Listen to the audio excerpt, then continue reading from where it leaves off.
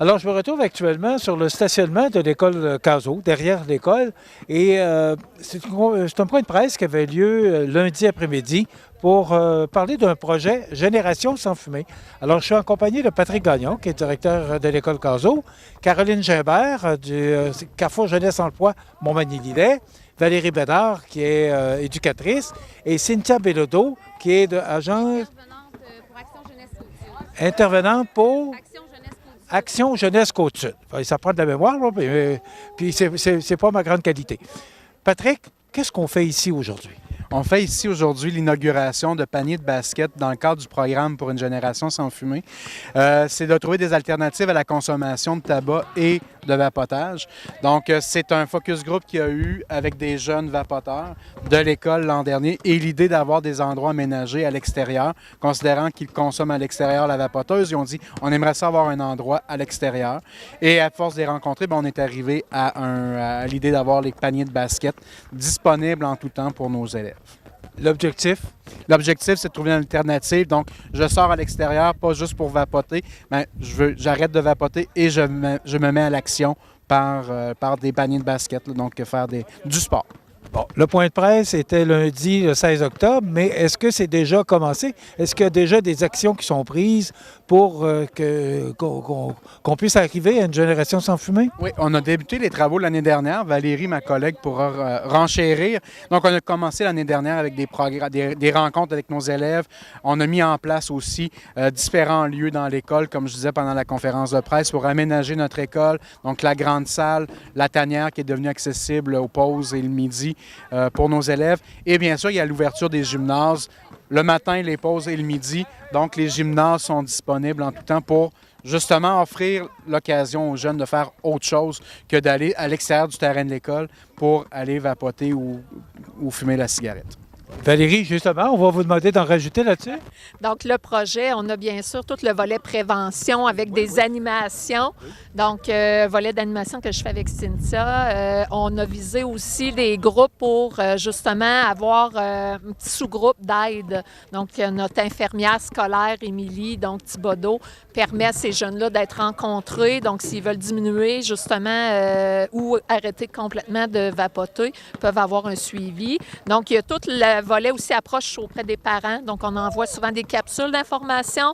Jeudi, on va en parler aux portes ouvertes aussi. Qu'est-ce que les parents peuvent faire comme action quand leurs jeunes leur parlent de consommation de tabac ou de vapotage. Donc, on a plusieurs volets de mis en place dans notre plan d'action. Est-ce que c'est justement ces plans d'action-là font que ça diminue? Est-ce qu'on a des statistiques qui prouvent que c'est efficace, les plans d'action qu'on a? Jusqu'à maintenant, là, le Conseil québécois là, pour justement le tabac nous a dit que oui, c'est vraiment efficace d'avoir un plan d'action puis d'être structuré. Donc, avec des étapes. C'est sûr qu'on va refaire donc un questionnaire puis on va évaluer d'année en année les résultats. Mais jusqu'à maintenant, avec là, bientôt là, le retrait des saveurs là, dans les vapoteuses, c'est sûr qu'il y a déjà une demande qui est accrue auprès de nos services pour avoir de l'accompagnement et de l'aide pour diminuer donc le vapotage, oui. Cynthia, votre implication? Mon implication, c'est surtout au niveau des ateliers offerts en classe. Donc, on vise les secondaires 1 et les secondaires 3 pour animer des ateliers, informer les jeunes. Là. Juste aller de votre côté. Faut faire ça convivial, on est dehors. Oui. Donc, vous voulez que je recommence ou... OK. Bien, c'est ça. Mon implication, c'est surtout au niveau des secondaires 2, 3 pour les informer en lien avec le vapotage. J'anime les ateliers avec Valérie Bédard et d'autres intervenantes de l'école. Bon, mais pour animer des ateliers, ça prend des participants. Est-ce que les participants sont là? Oui, en fait, on fait les ateliers durant les heures de classe. Donc, c'est plus facile. Oui, c'est plus facile. Est-ce que vous sentez une réaction, une participation? Est-ce que les jeunes embarquent là-dedans? Oui, les jeunes sont habitués d'avoir des ateliers, donc ils participent. On fait ça de la façon la plus interactive possible, donc souvent sous forme de jeu, questionnaire, ils participent bien. Est-ce que les jeunes sont sensibles au danger du tabac?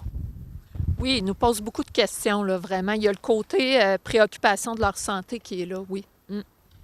Caroline, Carrefour Jeunesse Emploi, c'est quoi son implication? C'est une implication financière. On avait un projet avec l'école Louis-Jacques Cazot sur alternative à la scolarisation. Puis on avait des sous. Donc, quand Patrick est venu me demander des sous pour acheter des paniers de basket, c'est sûr que j'ai dit oui. Parce que pour nous, là, pour le Carrefour, c'est sûr que tout ce qui est consommation, on n'est pas pour ça pour les jeunes. C'est que c'est sûr qu'on va s'impliquer toujours pour ça. C'est qu'on s'est impliqué pour des paniers de basket puis pour les ballons de basket aussi. Mais c'est quoi le lien Carrefour Jeunesse Emploi puis des paniers de basket? Bien, c'est le bien-être, c'est la saine habitude de vie parce que nous, au Carrefour, on a aussi un volet saine habitude de vie dans nos projets. Donc, c'est sûr que pour nous, c'est quelque chose de très important. Est-ce que c'est la première fois que le Carrefour Jeunesse Emploi contribue à ce genre d'activité ou d'implication? Oui, puis ça ne sera pas la dernière non plus. Ah, c'est le fun d'entendre, monsieur le directeur. J'espère que vous avez ouvert grandes vos oreilles. J'ai son numéro, son adresse courriel. Donc, c'est certain qu'on va recogner à la porte parce qu'avec le Carrefour Jeunesse Emploi de la MRC de Montmagny, on est déjà des partenaires dans d'autres projets comme Alternative à la scolarisation. C'est un service qu'on offre avec le Carrefour. Donc, on est d'excellents partenaires. Puis oui, on n'hésitera pas à cogner à la porte du Carrefour. Mais il y a Action Jeunesse Côte-Sud aussi qui nous fournissent des ateliers, un soutien aussi pour ceux qui désirent l'arrêt, la cessation de tabagisme et autres substances. Là. Donc, on a la collaboration d'Action Jeunesse et de notre infirmière scolaire aussi. Donc, c'est un travail d'équipe. La question vous a été posée pendant le point de presse. On sait que des paniers de basket, c'est parfait pour le mois d'octobre, mais pour l'hiver, parce qu'il y a d'autres projets dans l'air, vous l'avez mentionné, est-ce qu'il peut y avoir des équipements qu'on pourrait acheter qui pourraient servir pour l'hiver aussi? C'est sûr que là, on est à la réflexion, on est à l'étape de la réflexion. C'est avec nos prochains focus group qu'on va regarder avec les élèves, eux, qu'est-ce qu'ils peuvent avoir besoin ou qu'est-ce qu'ils peuvent penser qu'on pourrait installer. Comme je disais tantôt, on a aussi installé à l'intérieur, dans l'école, différents lieux. Donc, on a aménagé tout ça donc, pour nos jeunes. Donc, à suivre pour les projets à venir, on pourra faire le suivi sans faute. Tandis que j'ai le directeur avec moi, ça fait 1 mois et demi que l'école est commencée. Comment se passe la rentrée 2023-2024? Ça va. On a des jeunes, on atteint presque 800 élèves cette année. C'est une augmentation, Patrick? C'est une augmentation, on augmente depuis quelques années, donc de fois en fois. On est encore dans la mise en place des services parce que la déclaration de clientèle, donc ce qui amène notre financement, c'est au 30 septembre dernier. Et on a terminé là, les tâches de nos enseignants, donc on est jusqu'au 15 octobre. Donc à partir de là, la mise en place de nos services est faite et à terminer. La nouveauté cette année, on devient de plus en plus multiculturel. On parle d'une vingtaine de jeunes de nouvelles nationalités qui arrivent à l'école. Donc, ça amène un autre visage puis un plus à notre école. Donc, la rentrée scolaire, somme toute, avec la pénurie de personnel, ça avance puis ça va. On tient le coup. Est-ce que l'immigration contribue à l'augmentation des élèves? Un peu. Comme je dis, on en a à peu près une vingtaine d'élèves. Il y a beaucoup... Est-ce que c'est par rapport à l'immigration? Non, c'est beaucoup par rapport à l'emploi, par rapport... les gens reviennent à Montmagny, donc l'augmentation vient de là. On accueille des familles entières actuellement. Donc, Et jeudi 19 octobre, c'est porte ouverte? Oui.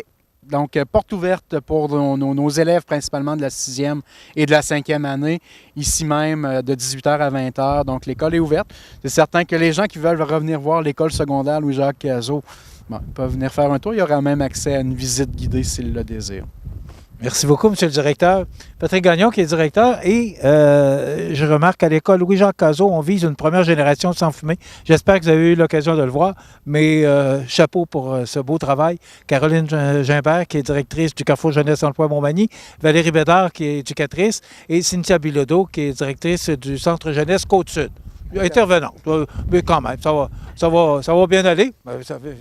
Ma mémoire m'impressionne. Quand même, ouais. Félicitations, mon cher monsieur. Merci beaucoup. Voilà, ça complète notre reportage qui parvenait derrière l'école Cazot sur le stationnement pour vous montrer ces magnifiques paniers basket. Voilà, ça complète.